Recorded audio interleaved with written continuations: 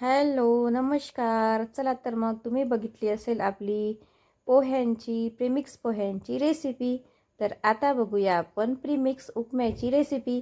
चला तर मग आता प्रवासात जायचं असेल किंवा आपल्याला आता कसं आहे, जॉबवाल्या बऱ्याचशा महिला असतात, त्यांना वेळ नसतो कारण स्वयंपाकही बनवावा लागतो, नाश्ताही बनवावा लागतो. तर मग आपण मस्तपैकी आज प्रीमिक्स बनवणार आहोत उपम्याचं. जर असं प्रीमिक्स बनवून ठेवलं म्हणजे आयत्या वेळी आपल्याला पटकन असं झटपट असं बनवायला सोपं पडतं. म्हणून अशा प्रकारे प्रीमिक्स बनवून ठेवलं म्हणजे खूप चांगलं आहे.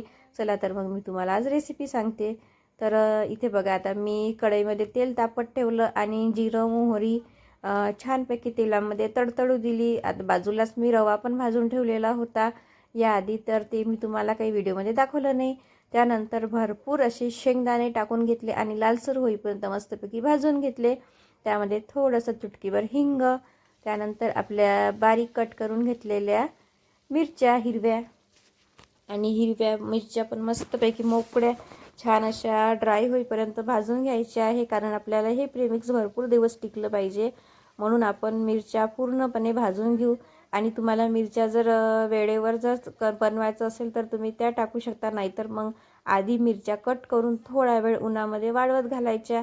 त्या पण लवकर सोकून येतात तेलामध्ये. तर बघा, आता मी तेलामध्येच ह्या चांगल्या ड्राय करून घेणार आहे मस्तपैकी. आणि त्यानंतर टाकते इथे कढीपत्ता. तर कढीपत्ता पण छान आपल्याला कोरडा करून घ्यायचा आहे, मस्त कोरडा होईपर्यंत तेलात भाजून घ्यायचा.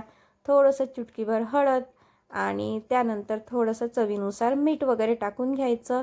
आणि इथे बघा, आपला उपम्याचं प्रीमिक्स लवकरच तयार होते आणि जास्त वेळही लागत नाही आपल्याला.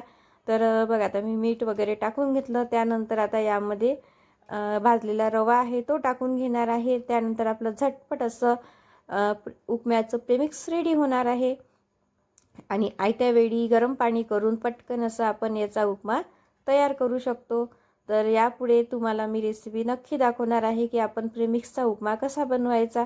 आता प्रीमिक्स तयार करून ठेवून देते. तुम्ही नक्की असं प्रीमिक्स बनवा आणि घरी कधीही उपयोगाला येणारं असं उपमा आपण बनवू शकतो. तर या प्रीमिक्सद्वारे नक्की तुम्ही बनवा आणि आवडल्यास लाईक करा, शेअर करा आणि सबस्क्राईब करा. आणि तुम्ही या प्रीमिक्स तयार केल्यानंतर तुम्हाला याचा उपमा कसा लागतो ते पण मला कमेंटमध्ये सांगा.